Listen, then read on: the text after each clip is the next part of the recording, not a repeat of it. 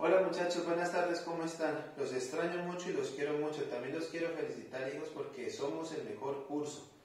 Recuerden que séptimo lo mejor. Cuentan conmigo, espero que sigamos así, espero que todos pasemos a octavo, espero seguir siendo su director de grupo.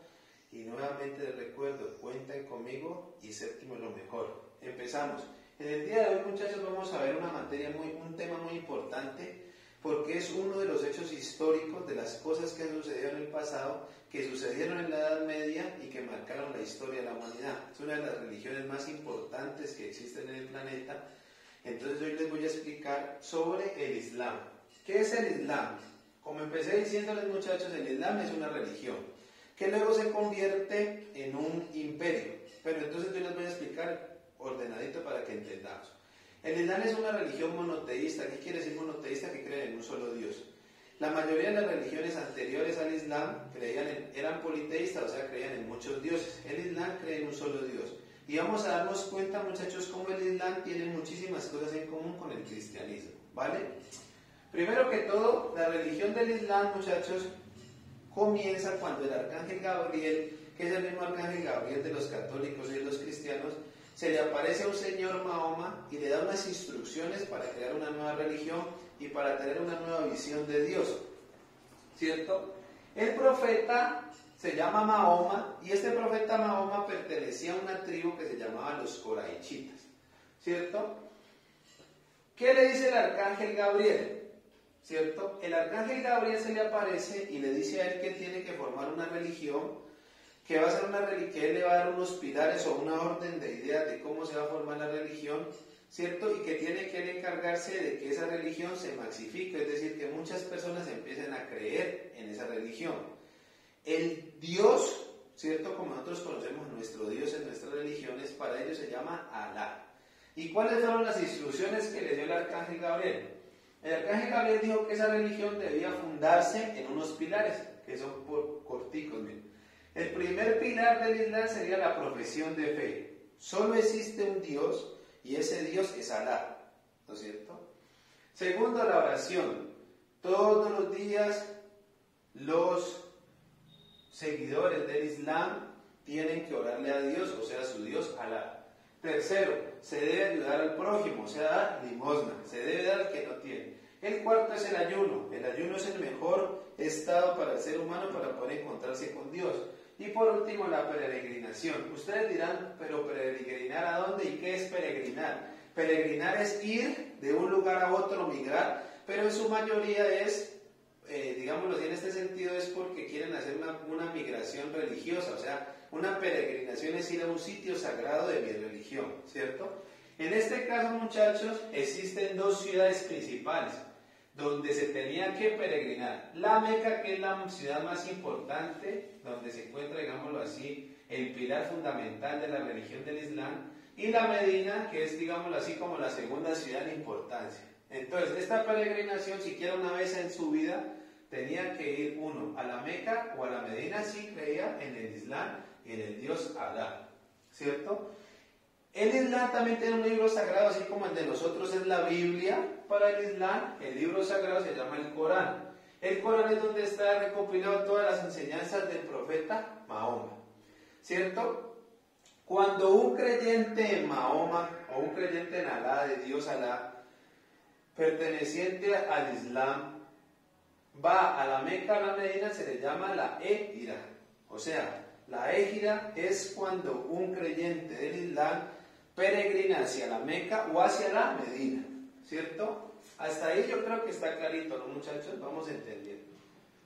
El Islam también se le conoce como los musulmanes, ¿no? También se le llama así, o sea, hay mucha gente que le dice los musulmanes, la religión musulmana o el Islam. Luego, muchachos, finalmente el profeta Mahoma muere, ¿cierto? Y se forma el califato ortodoxo. ¿Qué es el califato ortodoxo, muchachos? El califato ortodoxo son los 4 primeros profetas que reemplazan a Mahoma. O sea, Mahoma se muere, los 4 primeritos que lo reemplazan a él se conoce como califato ortodoxo. ¿Quiénes fueron esos 4 primeros califatos o califas? Fueron Abu Bakr, que era el suegro de Mahoma, Omar, Othman y Ali. Ali era el primo de Mahoma, ¿cierto? Estos 4 primeritos que reemplazaron a Mahoma por su muerte se les llama califato ortodoxo. O sea que si ustedes les preguntan ¿qué es califato ortodoxo? Ustedes llamaron los primeros 4 califas que reemplazaron a Mahoma cuando él se murió, ¿cierto? Esto provocó que dentro de la religión del Islam, muchachos, se diera una división. Así como cuando nosotros decimos, hagan en el salón grupitos de 3 o de 4, así mismo se dividió en grupos el Islam, ¿cierto? Se dividieron en sunitas, chiitas y jaridíes. Los sunitas decían, ¿cuál era la diferencia entre los 3? Miren, muchachos, para que entiendan. Son de la misma religión Islam, creen en Alá, sus libros sagrados, el Corán, ¿cierto? Pero ¿en qué se diferencia? Los sunitas dicen que el reemplazante de Mahoma debe ser de la misma tribu de Mahoma, o sea, de los coraichitas, ¿cierto? No de otra parte, no otra persona, sino que tenía que pertenecer a la misma tribu de Mahoma.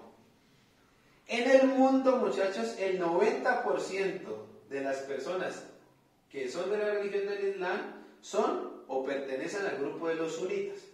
Y estos sunitas reconocían a estos 4 califas como maestros, como reemplazantes de Mahoma, y todas sus enseñanzas las seguían. En cambio, los chiitas decían que el reemplazante de Mahoma no debería ser de la tribu de los coraichitas, sino que debería ser un familiar o descendiente de Ali o de Mahoma. O sea, solo aceptaban como maestro aquel que se proclamara que fuera de la familia de Ali o de Mahoma. Pues recuerden que era la misma familia porque Ali era primo de Mahoma. En el mundo, solo el 9% de los creyentes del Islam pertenecen a los chiitas, ¿cierto? Y ellos solamente reconocían, de los 4 califas del califato ortodoxo, solo reconocían a Ali. Finalmente, muchachos, están los jaridíes. Los jaridíes, muchachos, decían, no importa si el reemplazante de Mahoma es de la misma tribu de él, no importa si es familiar de él, lo que importa es que sea el más digno, el que más siga las enseñanzas del Corán es el digno de reemplazar a Mahoma, ¿cierto? Ellos reconocían, dentro del califato ortodoxo solo reconocían a Abu Bakr y Ali, no reconocían ni a Omar ni a Uthman, ¿cierto? Y en el mundo solamente es el 1% de los que creen en el Islam pertenecen a los jaridíes. Por último, muchachos, esta religión, al ver que tenía tantos seguidores, se convierte en el imperio turco-otomano. ¿Cómo así se convierte? No es que todo el Islam se convierta en el imperio turco-otomano, sino que una facción de estos sunitas, chiitas y jaridíes, o sea, un grupo de estas personas, decidieron que por su poder y por tantas personas que estaban unidas, se volvieron un imperio, o sea, se volvieron unas personas que empezaron a conquistar territorios a la fuerza. Por eso dice que ahí se forma el imperio turco-otomano, que es muy famoso en la historia, hay novelas sobre este imperio. Finalmente, muchachos, el Islam, ¿qué nos enseñó a nosotros como seres humanos?